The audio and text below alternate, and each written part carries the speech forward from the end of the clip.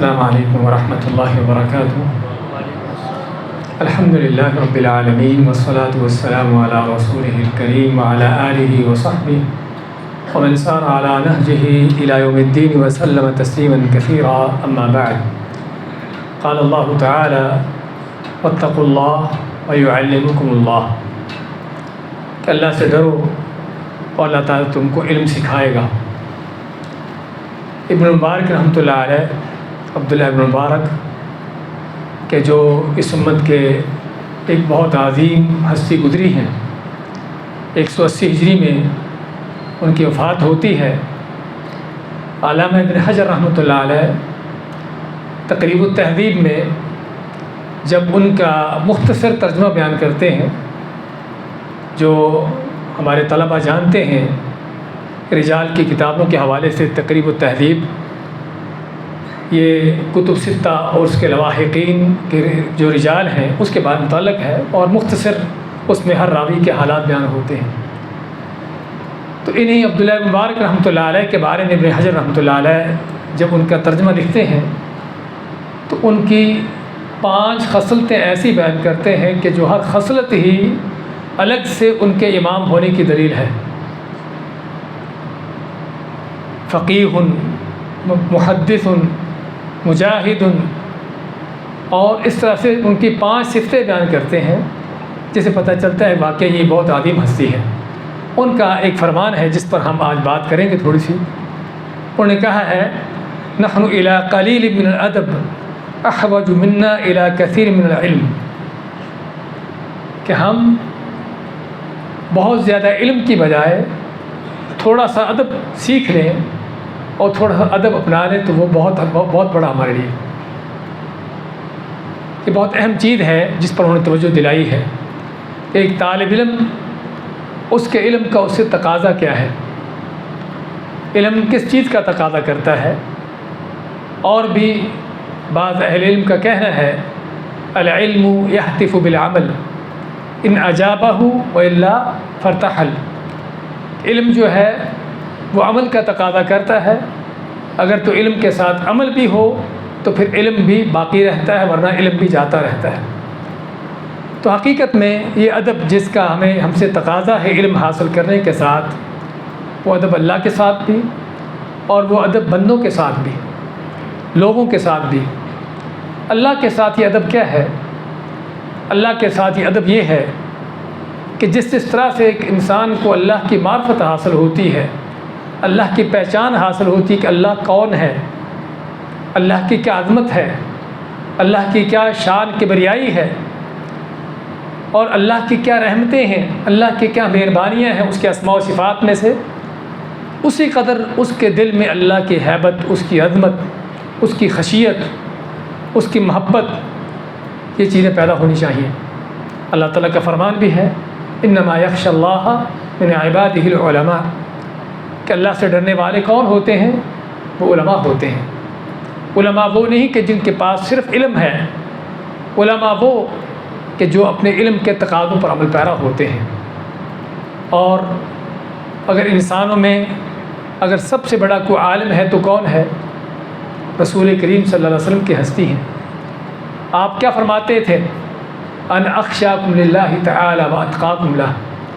کہ میں تم سے سب سے بڑھ کر اللہ سے ڈرنے والا، اس کی خشیت اختیار کرنے والا ہوں۔ تو بھائیوں بیٹو، علم کا تقاضا یہ ہے کہ علم اللہ کی پہچان کرواتا ہے، اللہ کی معرفت کرواتا ہے، تو واقعی پتہ ہو کہ جس اللہ کی معرفت ہم کو حاصل ہوئی اس اللہ کے ساتھ ہمارا معاملہ کیسا ہو، اس اللہ کی عبادت کیسی ہو، کس انداز سے اس اللہ کا ہمارے دل میں ڈر خوف ہو۔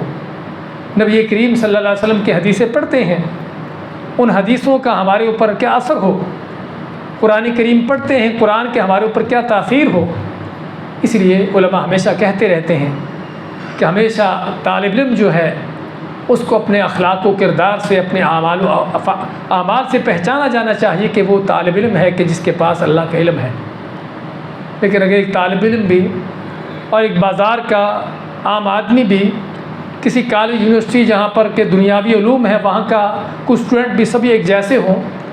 تو پھر یہ علم جو ہے انسان کے لیے وبال جان ہے۔ اس کے لیے وبال جان ہے۔ اور قرآن کریم میں اللہ نے ایسے لوگوں کی مثالیں دی ہیں کہ جن کا علم ان کے لیے وبال جان بنا ہے اور جن کا علم ان کی دنیا آخرت کی بربادی کا ذریعہ بنا ہے۔ اس لیے ضرورت ہے اس علم کے حوالے سے سب سے پہلے اللہ کے ساتھ ادب اختیار کرنے کی۔ جب ہم پڑھتے ہیں اللہ قرآن کریم میں کہ تتجافى جنوبهم عن المضاجع، کہ اللہ کے بندے کون ہیں کہ جن کی کروٹیں پہلو بستروں سے الگ ہو جاتی ہیں۔ قرآن کا پڑھنے والا، قرآن کا حافظ، قرآن کا قاری، اس کا ترجمہ پڑھنے والا جب یہ ترجمہ پڑھتا ہے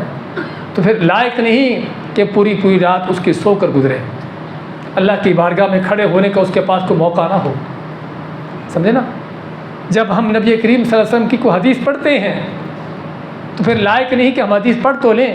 لیکن اس حدیث کا ہماری عملی زندگی کے ساتھ کوئی تعلق نہ ہو۔ ہم سلف صالحین کو دیکھتے ہیں، امام احمد بن حنبل رحمۃ اللہ علیہ کی حدیث کی بہت بڑی کتاب ہے، آپ اکثر و بیشتر جانتے ہو گے، مسند احمد کے نام سے معروف ہے۔ اس میں تقریباً 40,000 حدیثیں ہیں۔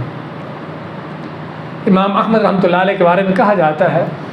فرماتے ہیں کہ میں نے کوئی حدیث بھی کتاب میں نہیں لکھی مگر اس پر عمل کیا ہے، اس حدیث پر عمل کیا ہے۔ حتیٰ کہ فرماتے ہیں ایک دن میں نے ایک حدیث پڑھی جس حدیث میں کیا تھا کہ نبی کریم صلی اللہ علیہ وسلم نے حجامہ کروایا، حجامہ جانتے ہیں نا، حجامہ کروایا اور حجام کو دینار دیا اجرت کے طور پر۔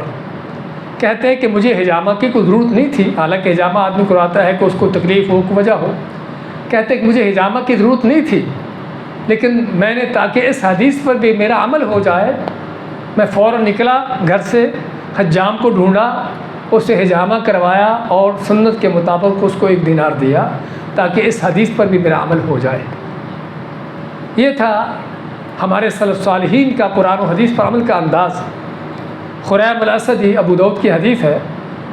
ان کے بارے میں اللہ کے نبی فرماتے ہیں کہ یہ بڑا اچھا آدمی ہے، اگر یہ 2 کام چھوڑ دے تو اب وہ نہیں تھے وہاں پر، آپ نے مایا کہ ایک تو اس کے بال لمبے ہیں، بالوں کو چھوٹا کر لے، اور دوسرا اس کا کپڑا ٹخنوں سے نیچے ہے، کپڑے کو اونچا کر لے، تو بہت اچھا آدمی ہے۔ خریم اسدی کے بارے میں آتا ہے کہ جیسے ان کو پتہ چلا کہ اللہ کے نبی صلی اللہ علیہ وسلم نے ان کے بارے میں یہ فرمایا ہے، ان کی یہ 2 غلطیاں آپ نے نوٹ کی ہیں، تو کسی نائی کا، حجام کا اس کا انتظار نہیں کیا، اس کو ڈھونڈا نہیں کہ میں اس تک جا کے بال چھوٹے کرواؤں۔ روایت میں آتا ہے کہ فوراً ہی اپنی تلوار نکالتے ہیں، تلوار سے اپنے بالوں کو چھوٹا کر لیتے ہیں، اور کسی درزی کو نہیں ڈھونڈا کہ اس سے اپنا کپڑا چھوٹا کرواؤں، اپنی تلوار سے ہی کپڑے کو نیچے سے کاٹ کر اونچا کر لیتے ہیں کہ کہیں اللہ کے نبی صلی اللہ علیہ وسلم کے حکم کی تعمیل میں دیر نہ ہو جائے۔ اسی طرح آپ نے وہ حدیث بھی سنی ہوگی کہ نبی کریم صلی اللہ علیہ وسلم خطبہ ارشاد فرما رہے تھے، پیچھے کچھ لوگ کھڑے تھے، آپ نے ان کھڑے لوگوں کو بیٹھنے کو کہا کہ بیٹھ جاؤ۔ ایک صحابی مسجد سے باہر تھا، اس نے اللہ کے نبی صلی اللہ علیہ وسلم کی آواز سنی کہ بیٹھ جاؤ، وہ وہیں پر بیٹھ گیا۔ کسی نے اس کو کہا کہ آپ یہاں پر بیٹھے ہو، مسجد کے اندر نہیں گیا؟ کہتے کہ میں نے نبی صلی اللہ علیہ وسلم کو فرماتے ہوئے سنا تھا کہ بیٹھ جاؤ، اس کے بعد میری جرت نہیں تھی کہ میں قدم اٹھا سکوں۔ یہ ہے ہمارے سلف صالحین، صحابہ، تابعین، ہمارے ائمہ کرام کہ جنہوں نے ہمیں ایک مثالیں پیش کی ہیں کہ قرآن و حدیث پر اس کا علم حاصل کرنے والے کون ہوتے ہیں، جو علم حاصل کرتے ہیں اس علم کے ساتھ کیسے چلتے ہیں، کیسے عمل پیرا ہوتے ہیں۔ تو واقعی ضرورت ہے ایک طالب علم کے اندر اس علم کے اس کے آثار ظاہر ہونے کی، اس علم کا اس کے نشانیاں ظاہر ہونے کی، پتہ چلنے کی واقعی اس نے یہ چیز پڑھی ہے، سیکھی ہے قرآن سے، حدیث سے، اور اس کے اوپر اس کا یہ اثر ہے۔ اکثر و بیشتر ہم قرآن کی آیتیں پڑھتے ہیں، حدیثیں سنتے ہیں،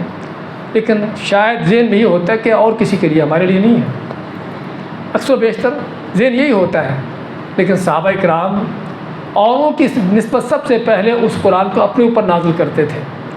سورۃ حجرات کے شروع میں آپ نے آیتیں پڑھی ہوگی کہ اللہ تعالیٰ نے صحابہ کرام کو ایک ادب سکھایا ہے، وہ کیا ہے کہ یا ایھا الذین آمنوا لا ترفعوا اصواتکم فوق صوت النبی ولا تجہروا له بالقول کجہر بعضکم لبعض، کہ ایمان والو اپنی آوازیں نبی صلی اللہ علیہ وسلم کی آواز سے اونچی نہ کرو، اور نہ ہی آپ صلی اللہ علیہ وسلم سے مخاطب ہوتے ہوئے ایسے مخاطب ہو جس طرح ایک دوسرے سے مخاطب ہوتے ہو، اب اس میں یا ایھا الذین آمنوا کے لفظ سے اللہ نے مخاطب کیا ہے کہ جس میں سارے ایمان والے قرآن نازل ہونے سے لے کر قیامت تک سبھی کو مخاطب کیا ہے۔ اگرچہ آپ کے زمانے میں آپ سے مخاطب ہوتے ہوئے تھا، اور آپ کے بعد آپ کی حدیث اور آپ کی سنت کے ساتھ یہ ادب ہے، تو کہنے کا مقصد آپ نے کسی کا اللہ نے کسی کا نام نہیں لیا، لیکن ایک صحابی ثابت بن قیس بن شماس نبی اکرم صلی اللہ علیہ وسلم کو کچھ دن نظر نہ آیا۔ آپ نے لوگوں سے پوچھا کہ صحابی کہاں ہے، کیونکہ نبی اکرم صلی اللہ علیہ وسلم کی عادت مبارکہ تھی، سنت مبارکہ تھی کہ صحابہ کو دیکھا کرتے تھے کون ہے کون نہیں ہے، اور جو نہیں ہے کیوں نہیں ہے، بیمار تو نہیں، اس کی کوئی معاملہ تو نہیں دیکھا جائے اس کو۔ تو ایک صحابی کہتا ہے میں اس کے بارے میں معلوم کرتا ہوں کہ وہ کیا ہے، کیا اس کا معاملہ ہے۔ گھر میں جاتے ہیں تو دیکھتے ہیں کہ ثابت بن قیس بیٹھے رو رہے ہیں۔ پوچھا کیا ہوا، کہنے لگے کہ میری آواز نبی اکرم صلی اللہ علیہ وسلم کی آواز سے اونچی ہوتی تھی، اور اللہ نے آیت نازل کر دی ان تحبط اعمالکم وانتم لا تشعرون، کہیں ایسا نہ ہو کہ تمہارے عمل برباد ہو جائیں، اور میرے عمل تو برباد ہو گئے۔ صحابی کا نام اللہ نہیں دیا، لیکن اس صحابی نے اس آیت کو کس انداز سے اپنے اوپر نازل کیا ہے، دوسرے الفاظ اپنے اوپر فٹ کیا ہے۔ یہ ہے بھائیوں، یہ ہے بیٹوں قرآن اور حدیث پر چلنے کا انداز، کہ آپ کسی اور کو اس سے فائدہ اٹھائے نہ اٹھائے، اور اس پر کوئی عمل کرنے والا ہو یا نہ ہو، ان کو نہ دیکھو، آپ خود دیکھو کہ آپ کا اس پر عمل کیا ہے۔ اور قیامت کے دن ہم اسی عمل کے ذمہ دار ہیں، جو آج پڑھتے ہیں سیکھتے ہیں، قیامت کے دن کل اس کا جواب دہ بھی ہیں۔ اس لیے اس ادب کے حوالے سے سب سے پہلے تو اللہ کے ساتھ ہمارا ادب ہو، کہ واقعی ہی اللہ نے جو علم دیا ہے، اس علم کے تقاضوں پر اللہ کی عبادت کس انداز سے ہے، اللہ کا تقوی خشیت کس انداز سے ہمارے دل کے اندر ہے، نبی اکرم صلی اللہ علیہ وسلم کی سنت کی اتباع کا جذبہ کیا ہے، قرآن و حدیث پر عمل پیرا ہونے کا جذبہ کس قدر ہے۔ اور اسی قدر یہ ادب جو ہے بندوں کے ساتھ بھی، اوروں کے ساتھ بھی، اور بندوں میں سب سے پہلے آپ کے اساتذہ، آپ کے معلمین، آپ کے اس ادارے کے منتظمین، جو دن رات آپ کی خاطر ان کا جاگنا سونا ہے، اور آپ کی خاطر ان کی محنتیں ہیں، ان کے ساتھ ادب۔ اور واقعی ہی یہ اگر ادب نہیں ہے تو ایسا بے ادب آدمی کبھی علم بھی حاصل نہیں کرتا۔ اللہ کے ساتھ بھی ادب نہ ہو، بندوں کے ساتھ بھی نہ ہو۔ امام شافعی رحمۃ اللہ علیہ کا صحیح نام سنتے جانتے ہیں، ان کے ایک استاد تھے جن کا نام وکیع بن الجراح تھا۔ فرماتے ہیں کہ ان کا شعر ہے شکوت الی وکیع سوء حفظی، کہ میں نے اپنے استاد وکیع سے اپنے ان کے یاد نہ کرنے کا، اپنے حافظے کمزور ہونے کی شکایت کی کہ میرا حافظہ بڑا کمزور ہے، چیزیں یاد نہیں ہوتی۔ تو انہوں نے کیا فرمایا، فارشدنی الی ترک المعاصی، انہوں نے فرمایا کہ بیٹا اگر علم حاصل کرنا چاہتے ہو تو گناہ کرنا چھوڑ دو،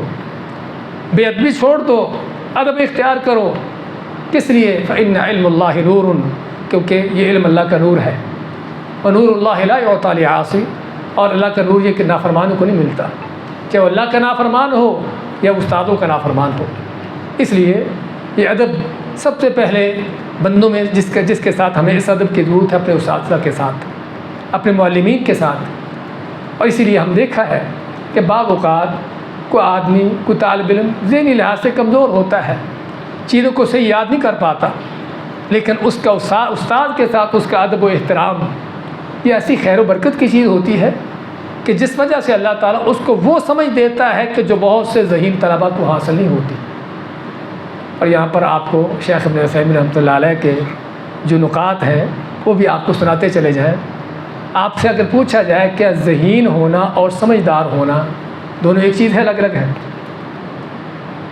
آپ کہو گے جو سمجھدار وہ ذہین ہوتا ہے، اور جو ذہین ہے سمجھدار ہوتا ہے، لیکن شیخ صاحب کہتے ہیں ایسا نہیں ہے۔ کہتے ہیں ذہین ہونا اور چیز ہے، اور سمجھدار ہونا دوسری چیز ہے۔ کہ آدمی ذہین ہو سکتا ہے، ذہین ہونے کا معنی اس کو چیزیں بڑی یاد ہیں، بڑی چیز جلدی یاد کر لیتا ہے۔ اور ابن قیم رحمۃ اللہ علیہ بھی بتیوں کا ذکر کرتے فرماتے ہیں اوتوا ذکاء ولم یؤتوا ذکاء، کہ بدتی لوگ ان کے پاس ذہانت تو بہت بڑی ہے، بڑا ان کے پاس علم ہے، بڑی چیزیں ان کو یاد ہیں، لیکن سمجھ بوجھ کوئی طہارت ذکا وہ نہیں ان کے پاس۔ تو بات کر رہے تھے شیخ نے سمجھداری اور چیز ہے، ذہانت اور چیز ہے۔ ذہانت کا معنی کس چیز کو اچھا جیسے جلدی اس کو یاد کر لینا، جلدی اس کو حفظ کر لینا، ہاں یہ چیز ہے، لیکن سمجھداری کیا ہے؟ وہ عقل کہ جس کو اللہ نے بار بار اولو الالباب کا نام دیا ہے نا، عقل والے، وہ عقل کہ جو سمجھداری کی عقل ہے،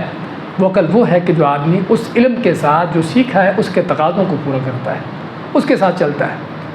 اس لیے سمجھداری یہ ہے۔ تو بات کر رہے تھے کہ یہ ادب ہم کو اپنانے کی ضرورت ہے، اپنے اساتذہ کے ساتھ بھی، اپنے والدین کے ساتھ بھی،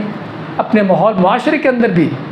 واقعی پتہ ہو کہ یہ طالب علم کہیں سے کچھ علم حاصل کر کے آیا، قرآن پڑھ کر آیا، حدیث پڑھ کر آیا ہے، کچھ علم سیکھ کر آیا ہے، اس علم کا اثر اس کے اوپر نظر آتا ہے، اس کی باتوں پر، اس کے اخلاق پر، اس کے کردار پر۔ یعنی گھر کے اندر بھی فرض کرو ایک آپ کا بھائی جو کسی کالج یونیورسٹی کا اسٹوڈنٹ ہے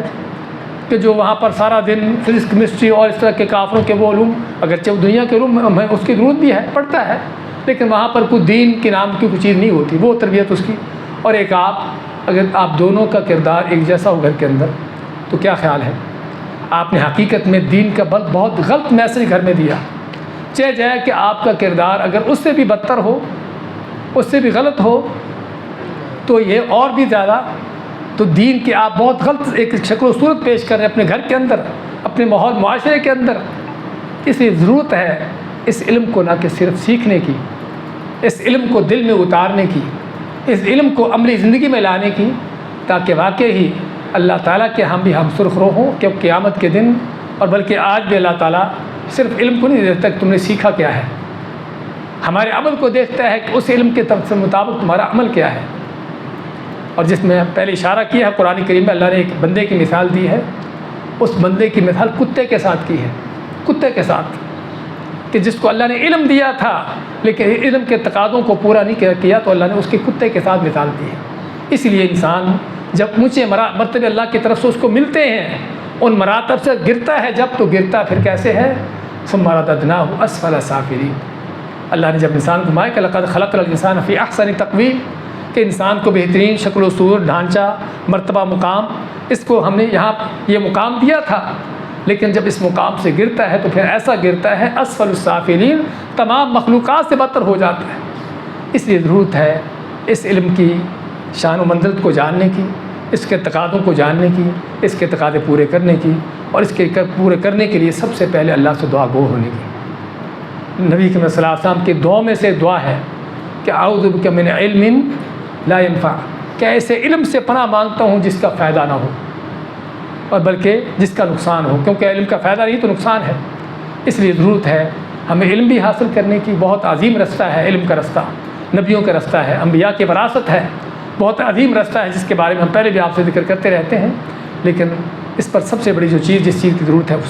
اس پر عمل ہے۔ اللہ تعالیٰ کی عبادت کے اندر بھی، نیکی تقوی کے لحاظ سے بھی، اور لوگوں کے ساتھ بھی، اپنے معاملات کے اندر بھی اللہ سے دعا ہے کہ اللہ تعالیٰ ہمیں اس کو بہتر سے بہتر اپنی عملی زندگی میں لانے کی توفیق عطا فرمائے۔ بارک اللہ فیکم و جزاکم اللہ خیر، و صلی اللہ وسلم علی نبینا محمد۔